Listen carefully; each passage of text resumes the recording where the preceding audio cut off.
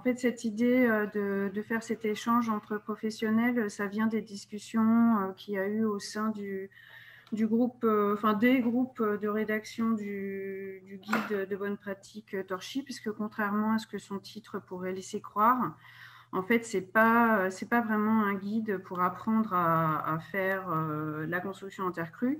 C'est plutôt pour expliquer quelles performances on peut atteindre et pour rassurer et informer de ce qu'on est capable de faire.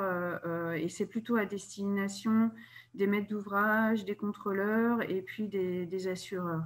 Donc, on manque, en tout cas pour Torchi, c'est certain, de manuels ou de documents pour, justement pour échanger aussi entre régions et savoir qu'on peut faire plein de choses en construction neuve aussi en Torchi.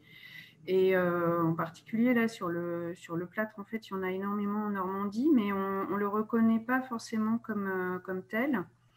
Et par exemple, moi, ce que j'avais cru comprendre, c'est qu'il fallait 3 cm et pas 1 cm. Donc, on en reparlera, Olivier. Et je vous invite donc à peut-être poser des questions sur vos lectures de guides, sur des propositions de thèmes que vous voudriez voir abordés, soit pour le 2e numéro, soit plus tard, en utilisant le mail torchi.guide@gmail.com.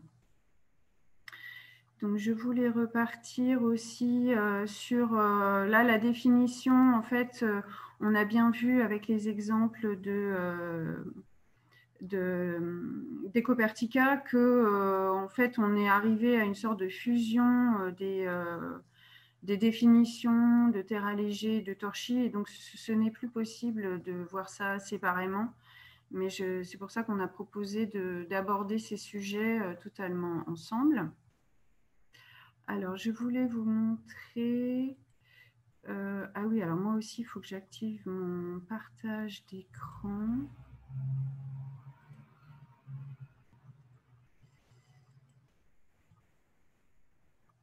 C'est comme ça. Donc, l'actualité que je peux vous apporter, c'est que le guide briques de terre crue qui manquait va être publié là à la fin du mois ou au plus tard en décembre. Donc, il y aura bien les sites techniques abordés sur ces guides. On n'a finalement pas fait de mise à jour parce qu'on a reçu très peu de propositions. Pour le Torchi, en fait, on n'en a reçu qu'une. Les autres n'ont quasiment pas reçu, ou alors c'était plutôt sur le glossaire. Donc, on a décidé d'attendre. Et l'idée, ce serait plutôt que si vous utilisez ces guides, si vous trouvez qu'il y a des manques ou des problèmes, il faut absolument faire des retours et pas hésiter à les présenter à des contrôleurs ou à des maîtres d'ouvrage, parce qu'ils sont quand même la première pierre à utiliser en vue de documents plus officiels pour devenir des techniques courantes. Donc, je voulais aussi compléter que là, vous avez la liste de tous les participants. Donc, ce ne sont pas que des associations locales. Il y a aussi des fédérations, il y a aussi la FFP, il y a aussi la CAPEB. Donc, on forme maintenant la Confédération de la construction en terre crue et on devient l'interlocuteur en fait de l'État pour représenter toutes les techniques de terre crue. On est engagé dans alors, je voulais présenter une autre planche. C'est celle-ci. Voilà, c'était un petit récapitulatif de ce qu'a fait pour l'instant la Confédération. L'année dernière, il y a eu une grosse mobilisation, et en particulier avec Arthur, sur une prise en compte différente du carbone, puisqu'on a soulevé quelques problèmes dans la future configuration de la réglementation thermique 2020 et aussi dans les modules de base. Donc méfiez-vous du module de base Torchy, il est complètement faux, donc il faut absolument enfin voilà, ne pas l'utiliser et on doit passer en revue ce qui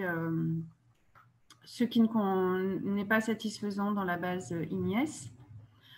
Moi-même, donc, je représente l'ARP à cette confédération et j'ai été aussi désignée pour travailler avec le CEREMA pour faire une FDES Torchy, et ce qui nous a permis d'informer aussi les agences de l'État que leur façon de créer les normes n'est pas favorable à la prise en compte des systèmes non industriels. Et donc, c'est un peu compliqué en ce moment. Là, j'ai un retour en fait défavorable du vérificateur. Mais on a quand même avancé sur un point, c'est-à-dire que la masse volumique du torchis est beaucoup plus faible que ce que la bibliographie le laissait croire. En fait, on s'est rendu compte qu'il y avait une différence de point de vue entre ceux qui utilisent la masse volumique pour faire de la statique et ceux qui utilisent de la masse volumique pour faire de la thermique. C'est-à-dire que la statique, elle la prend gorgée d'eau et la thermique, elle la prend sèche. Ce qui fait qu'on a vu que ce qu'on pensait être un torchis lourd, en fait, ça fait 600 kg mètres cubes. Dans la FDES Torchy, qui j'espère va aboutir. Donc ça aussi, ça remet en cause complètement les différences les définitions de terre allégée Torchy, puisque avant on était plutôt sur une perception du Torchy de 1800 km3. Et en fait, on serait plutôt sur 600, 750 maximum. Donc, si vous en mettez en plancher, il faut absolument prendre cette donnée-là et pas celles qui sont défavorables, parce que c'est ce qui fait surdimensionner après les charpentes. Voilà, donc c'était aussi pour dire qu'il faut absolument qu'on arrive à produire plus de connaissances, plus d'écrits aussi, de manuels. Et donc, on espère qu'on pourra continuer sur cette lancée, soit via un programme qui s'appelle le PNTER, soit au sein des petits réseaux de professionnels pour faire avancer nos connaissances.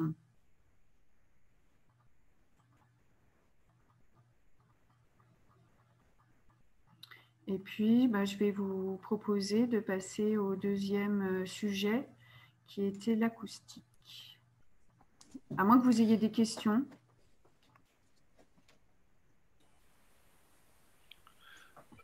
Oui, pour la mise en œuvre des planchers en terre crue, il faut prendre, comme tu dis, le léger, parce que l'idéal pour appliquer une terre, il faut l'appliquer quasiment sèche et la compacter. Donc, ce n'est pas 1800 km3, c'est beaucoup moins. Bah oui, j'ai eu ce problème justement sur une maison neuve là, qui est en train d'être finie. Et en fait, je me rends compte que le bureau d'études, lui, il a cru que c'était un toit terrasse avec de la terre plantée et qui pouvait se gorger d'eau. Et donc, j'ai ma structure, elle est complètement surdimensionnée par rapport à ça. Oui, ah oui.